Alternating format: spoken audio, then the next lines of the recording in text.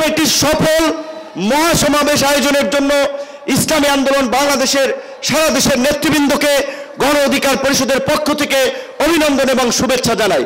যারা আজকের ইসলামী আন্দোলনের এই সমাবেশে বাংলাদেশের প্রায় সকল মত পথের রাজনৈতিক দলের নেতৃবৃন্দকে এই মঞ্চে একত্রিত করেছেন এবং আজকের এই সমাবেশ অত্যন্ত সময়োপযোগী এবং কার্যকর বিষয়ের উপরে ভিত্তি করে নির্ধারণ করা হয়েছে। আপনারা জানেন বাংলাদেশের 24-এর গণ অভ্যুত্থান পরবর্তী রাষ্ট্র সংস্কারের যে জন আকাঙ্ক্ষা তৈরি হয়েছে, শাসনতান্ত্রিক ব্যবস্থার পরিবর্তনের যে রাজনৈতিক এবং জন আকাঙ্ক্ষা তৈরি হয়েছে, সেই আনুপাতিক হারে নির্বাচনের দাবিতে কয়েকটি দল ব্যতীত সব দলই কিন্তু এই মঞ্চে ইতিমধ্যে হাজির হয়ে এই সংখ্যানুপাতিক নির্বাচনের পক্ষে তাদের দলীয় সমর্থন ব্যক্ত করেছে।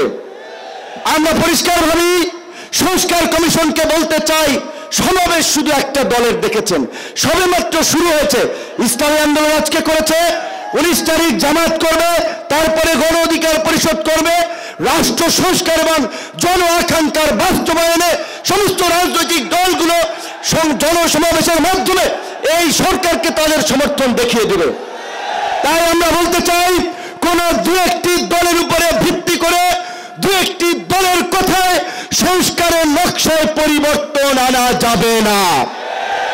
আমি সংস্কার কমিশনে বলেছিলাম, দেশ স্বাধীনের পরে ডক্টর কামাল হোসেনরা বলেছিল আমাদের নেতা শেখ মুজিব, আমরা তো তাকে দেখে সংবিধান নির্মাণ করেছিলাম, রচনা করেছিলাম, তাকে এম্পাওয়ার করার জন্য।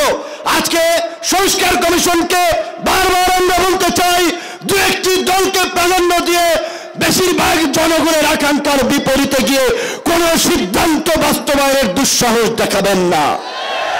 আনুপাতিক হারে নির্বাচন হলে সমস্যাটা কি? কোনো সমস্যা নাই। প্রধানমন্ত্রীর মেয়াদ 10 বছরের বেশি না থাকলে সমস্যা কি?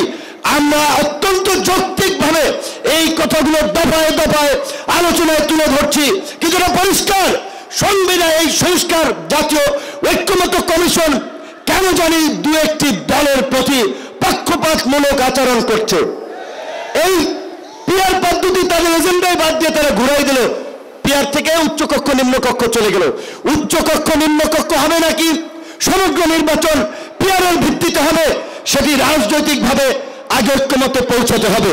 একই সাথে আমি আরো একটি কথা বলতে চাই, যে হাফিজ সাহেব সহ জামাতের নেতৃবৃন্দ তারাও বলছে, আমরাও বলছি, আজকে সারা বাংলাদেশে উপজেলা, পৌরসভা, সিটি কর্পোরেশনে স্থানীয় জনপ্রতিনিধি নাই। জনগণ চরম দুর্ভোগের শিকার হচ্ছে সেবা পেতে গিয়ে। সরকারের উন্নয়নমূলক কর্মকাণ্ড ব্যাহত হচ্ছে এবং 50 বছরের যে অভিজ্ঞতা, নির্বাচনের পরে রাজনৈতিক দলগুলো এমপিরা মিলে, মন্ত্রীরা মিলে কেন্দ্র দখল করে তাদের নেতাদেরকে পুলিশ প্রশাসনকে দিয়ে জেতায়। কাজী এই সরকারের আমলে যেমনিভাবে জাতীয় নির্বাচন হবে, একই সাথে অনতিবিলম্বে আমরা স্থানীয় নির্বাচন আয়োজনেরও দাবি জানাচ্ছি।